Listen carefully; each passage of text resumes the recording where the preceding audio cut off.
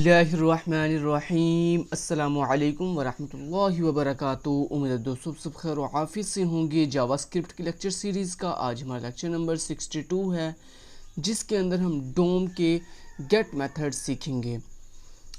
दोस्तों मैंने आपको प्रीवियस लेक्चर में ये सिखाया था कि किस तरह से आप जावास्क्रिप्ट के हेल्प से अपने HTML का जो डॉक्यूमेंट है उसकी डिफरेंट एलिमेंट्स को किस तरह से टारगेट कर सकते हैं, किस तरह से उनको एक्सेस कर सकते हैं। उनके बेसिक मेथड्स मैंने आपको सिखाए थे। मैंने डॉक्यूमेंट डॉट ऑल सिखाया, डॉक्यूमेंट डॉट लिंक्स सिखाया, डॉक्यूमेंट डॉट फॉर्म सिखाया, डिफरेंट मैंने आपको बेसिक मेथड सिखाया। और उम्मीद करता हूँ आपने वो मेथड्स अच्छे से कवर भी कर लिए होंगे और आपको उनकी अच्छे से समझ भी आ गई होगी। आज दोस्तों हम जो है वो जावास्क्रिप्ट के 3 एडवांस जो है वो टारगेट मेथड्स करेंगे, जो आपके HTML के डिफरेंट एलिमेंट्स को, डिफरेंट टैग्स को बहुत ही एडवांस लेवल पे जो है वो टारगेट करने के लिए यूज़ किए जाते हैं। दोस्तों इन 3 एडवांस जो टारगेट मेथड्स हैं, इनमें पहला जो है वो है document dot gate element by ID, दूसरा है document dot gate elements bye class name, तीसरा है document dot gate elements by tag name. तो सबसे पहले दोस्तों हम कवर करते हैं सबसे पहले document dot gate element by ID।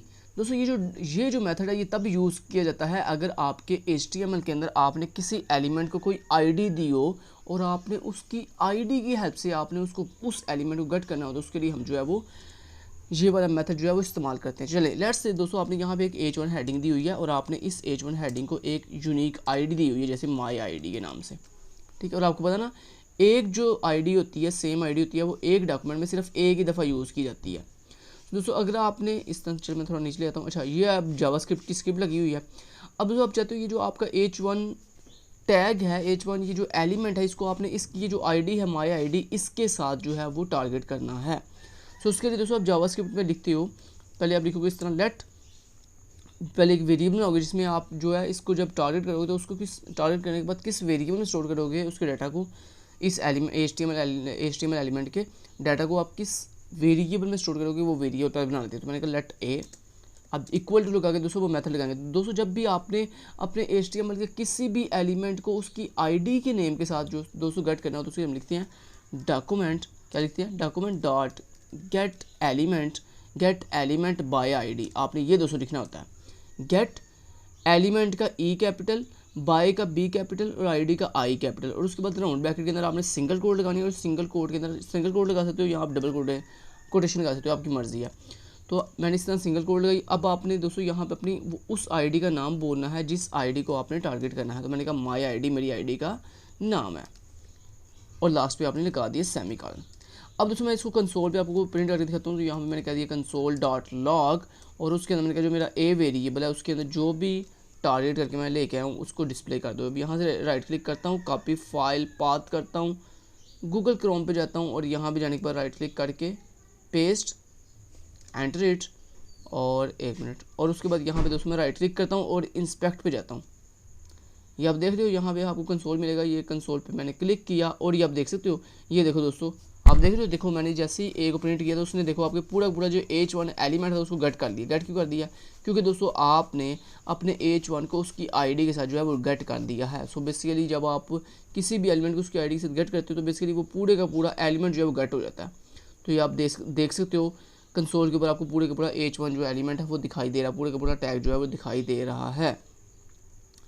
अब दोस्तों दूसरा जो मेथड था उसका वो है क्लास के लिए। वो किसके लिए है? क्लास के लिए। मान दोस्तों आपने यहाँ पे 2-3 हेडिंग बनाई हुई है, जैसे आपने यही यहाँ पे एक और हेडिंग बनाई हुई है, इस तरह 3 हेडिंग बनाई हुई हैं। अब आपने इनको ID नहीं दी हुई बल्कि क्लास दी हुई है, जैसे मैं यहाँ पे आपको करके भी दिखा देता हूँ। या मान लो आपने इन तीनों को जो है एक क्लास दी हुई है, जैसे माई क्लास, और आपको मैंने ये बताया पता होगा कि HTML के अंदर सेम क्लास जो है वो मल्टीपल डिफरेंट टैग्स को, डिफरेंट एलिमेंट्स को दी जा सकती है, ID नहीं दी जा सकती, क्लास दी जा सकती है। अब जब आपने क्लास नेम के साथ किसी भी एलिमेंट को गेट करना होगा ना, तो उसके लिए आप क्या लिखोगे? आप लिखोगे डॉक्यूमेंट डॉट गेट एलिमेंट्स लिखोगे आप। एलिमेंट्स क्यों? क्योंकि यहाँ पे एक सेम क्लास मल्टीपल एलिमेंट्स को दी जा रही है, तो यहाँ पे एक सेम क्लास जो है वो मल्टीपल टाइम है, सो इसलिए मल्टीपल टाइम चीज़ों के लिए हम क्या लिखते हैं? एलिमेंट्स लिखते हैं। एलिमेंट्स बाय, आगे आपने लिखना है बाय ID नहीं, बाय क्लास नेम। क्या लिखना? Class name. और देन इस सिंगल कोड के अंदर आपने अपनी क्लास का नेम बताना है। तो आपकी क्लास का नेम क्या है, माई क्लास। आपने क्या रखा है यहाँ पे, माई क्लास, इस तरह से। दोस्तों अब ये क्या होगा बोला, आपने लिखा document dot gate elements bye class name my class. तो अब ये क्या करेगा, आपके इस पूरे डॉक्यूमेंट में जहाँ जहाँ माई क्लास यूज़ हो रही है ना, उन तमाम के तमाम एलिमेंट्स को जो है वो गेट करके एक एरे में बंद कर देगा। एक एरे में बंद क्यों करेगा, क्योंकि दोस्तों यहाँ पे कितनी क्लासेस हैं, आपने 3 जो माई क्लास जो है वो 3 दफ़ा यूज़ की हुई है। सो आपकी ये तीनों दफ़ा जो माई क्लास है ये वो एक एरे में बंद कर देगा। और क्या करेगा, ये जो आपकी पहली जो माई क्लास आपने यूज़ की हुई है जिस एलिमेंट के अंदर, उसको पोजीशन नंबर 0 पे रखेगा। उसके बाद दूसरी जगह जहाँ पे आपने माई क्लास ये यूज़ की हुई है उसे पोजीशन नंबर 1 पे, और तीसरी जगह वाले को पोजीशन नंबर 2 पे रखेगा। अब यहाँ मैं आपको दिखा देता हूँ, मैं कहता हूँ रिफ्रेश, और ये आप देख सकते हो दोस्तों, वो कह रहा है आपके पास एक कलेक्शन आ गया HTML की, जिसमें h1 डॉट माई क्लास है, फिर h1 डॉट माई क्लास है, और फिर h1 माई क्लास है। इसको मैं एक्सपैंड अगर करूँ दोस्तों, ये आप देख सकते हो इसकी लेंथ कितनी है, 3 है। 3 क्यों है, क्योंकि यहाँ पे आपने जो माई क्लास यूज़ की हुई है वो 3 दफ़ा यूज़ की हुई है। और 0 पोजीशन पे देखो h1 आ रहा है, 1 पोजीशन पे फिर h1, और 2 पोजीशन पे फिर h1। आप यहाँ पे कोई और टैग भी यूज़ कर सकते हो, जैसे यहाँ पे आपने h1 की जगह पे यहाँ पे मान लो h4 कर दिया, और यहाँ पे मान लो आपने h6 कर दिया, यहाँ पे आपने h जो है वो 6 कर दिया। अब देखिए ज़रा, 0 पोजीशन पे h1 आएगा, वो देख सकते हो। यहाँ मैं क्लिक करता हूँ और ये देखो 0 पोजीशन पे h1, 1 पोजीशन पे h4, 2 पोजीशन पे h6। दोस्तों अगर आप यहाँ पे किसी स्पेसिफिक को जो है वो टारगेट करना चाहते हो, जैसे आपने यहाँ पे कहा gate document dot gate elements bye class name.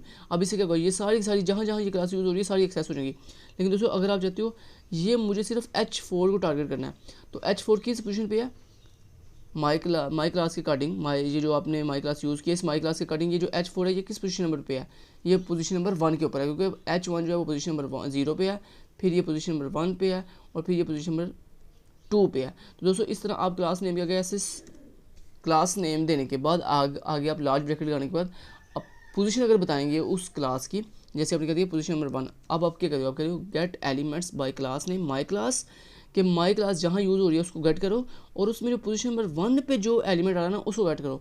अब पोजीशन नंबर 1 जहाँ पे आ रही है ना वो है जी ये h4, क्योंकि माई क्लास आपने h4 के अंदर यूज़ की हुई है और ये पोजीशन नंबर 1 पे आ रही है। सो ये इसको ही सिर्फ आप टारगेट करेगा। मैं आपको दिखा भी देता हूँ यहाँ पे F5 से कहता हूँ रिफ्रेश दोस्तों, और ये आप देख सकते हो, देखो उसने सिर्फ h4 को टारगेट किया, क्योंकि वही h जो है किस पे आ रहा था, पोजीशन नंबर 1 के ऊपर आ रहा था। अब दोस्तों अगर यहाँ पे आपने टैग नेम के साथ जो है वो करना हो एक्सेस बाय टैग नेम कैसे होता है, मान लो आपने यहाँ पे कह दिया h1, ठीक है, और उसके बाद अगेन आपने कह दिया h1, और उसके बाद मान लो आपने यहाँ पे कह दिया h2, चलो h2 कह दिया, ठीक है, h2 कह दिया। अब दोस्तों अगर यहाँ पे आपने करना हो बाय टैग नेम, तो उसके लिखते हो गेट एलिमेंट्स। जब आपने टैग नेम के साथ करना हो तो फिर भी हम एलिमेंट्स लिखते हैं। एलिमेंट्स क्यों लिखते हैं, क्योंकि दोस्तों आपको पता है ना एक टैग एक डॉक्यूमेंट में एक से ज़्यादा मरतबा यूज़ किया जा सकता है। सो इसलिए हम यहाँ पे लिखेंगे गेट एलिमेंट्स, क्योंकि एक टैग एक से ज़्यादा मरतबा है। So elements by tag name, same वही तरीका, गेट के बाद एलिमेंट का E कैपिटल, बाय का B कैपिटल, टैग का T कैपिटल, और नेम का नेम कैपिटल। और उसके बाद दोस्तों यहाँ पे ना राउंड ब्रैकेट के अंदर फिर आगे उस टैग का नाम बताते हैं जिस टैग को आपने एक्सेस करना है। तो मेरे पास मैंने एक्सेस करना h1 को, मैंने यहाँ पे लिख दिया h1, ठीक है। अब ये क्या करेगा, h1 इस पूरे डॉक्यूमेंट में जहाँ जितनी दफ़ा h1 यूज़ हो रहा है उन सब को गेट करके ये क्या करेगा, एक एरे में बंद कर देगा। अब यहाँ पे कितनी दफ़ा h1 यूज़ हो रहा है, 2 दफ़ा, तो जो पहली दफ़ा यूज़ हो रहा है उसे ये 0 वाली पोजीशन पे स्टोर कर देगा, और जो ये दूसरी दफ़ा यूज़ हो रहा है इसको ये 1 वाली पोजीशन पे स्टोर कर देगा। अब आपको यहाँ पे दिखा भी देता हूँ, यहाँ पे मैं फाइव करता हूँ रिफ्रेश, और ये आप देख सकते हो यहाँ पे 2 दफ़ा h1 है, तो सो इसने 2 जो है वो आपको दिखा दिया, कहता है एक दफ़ा 0 पोजीशन पे h1 है, फिर 1 पोजीशन पे h1 है।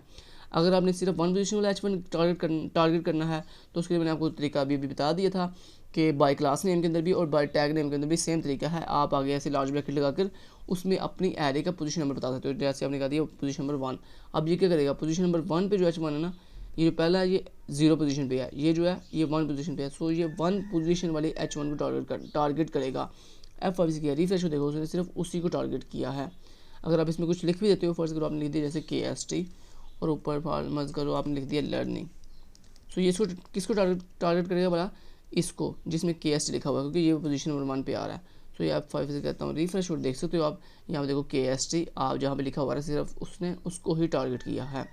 अगर आप यहाँ पे दोस्तों लिख दोगे h2, तो दोस्तों अब अगर आप ये लिखोगे ना 1, तो ये कहेगा अनडिफाइंड। अनडिफाइंड क्यों, क्योंकि एच इस ये सबसे पहले इस पूरे डॉक्यूमेंट में देखेगा H2 कितनी दफ़ा है, तो दोस्तों H2 सिर्फ एक ही दफ़ा है। सो दोस्तों ये इसको जब गेट करेगा तो वो इसे किस पे स्टोर करेगा।